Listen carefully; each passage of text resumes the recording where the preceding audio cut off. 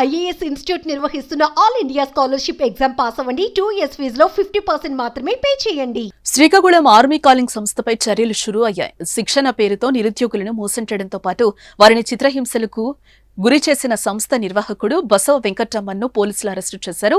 Army logo జెండాను చట్టవిరుద్ధంగా వాడినందుకు case నమోదు చేశారు.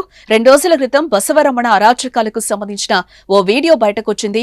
శిక్షణ పొందుతున్న విద్యార్థిని బెల్ట్తో కొడుతూ కాలితో తన్నిన దృశ్యాలు సోషల్ మీడియాలో వైరల్ అయ్యాయి. ఆ విద్యార్థి కొట్టద్దని వేడుకున్నా వినకుండా అతడిపై విచక్షణరహితంగా దాడి చేశాడు. దీనిపై తీవ్ర ఆగ్రహావేశాలు వ్యక్తమయ్యాయి.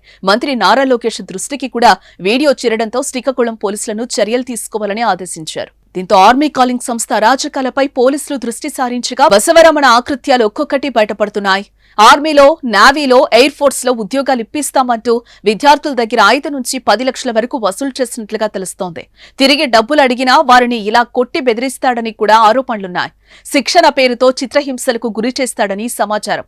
నిజానికి డిఫెన్స్ లో చేరాలనుకునే విద్యార్థులకు శిక్షణ పేరిట ఆర్మీ కాలింగ్ ఇన్స్టిట్యూట్ లో అక్రమాలకు, అరాచకాలకు పాల్పడుతున్నారనే ఆరోపణలు ఎప్పటినుంచో ఉన్నాయి. కానీ రమణకు రాజకీయ అండదండలుండడంతో ఎవరూ అతడి దుర్మార్గాలను ఎదిరించే సాహసం అయితే చేయడం లేదు.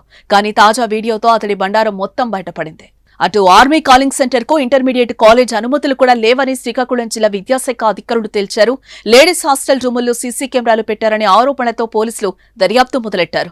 ఇప్పుడు దర్యాప్తులో ఇంకా సంచలన విషయాలు తెరపైకొచ్చే అవకాశం కనిపిస్తోంది.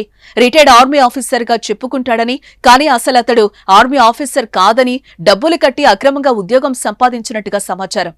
అయితే దొరికిపోయిన తర్వాత ఉద్యోగం పోయినట్టు ప్రచారం జరుగుతోంది. కానీ దీంట్లో నిజమేంతో తెలియాలి. గతంలో కూడా అతడు పలు స్కాముల్లో ఉన్నట్టుగా పలువురు ఆరోపిస్తున్నారు.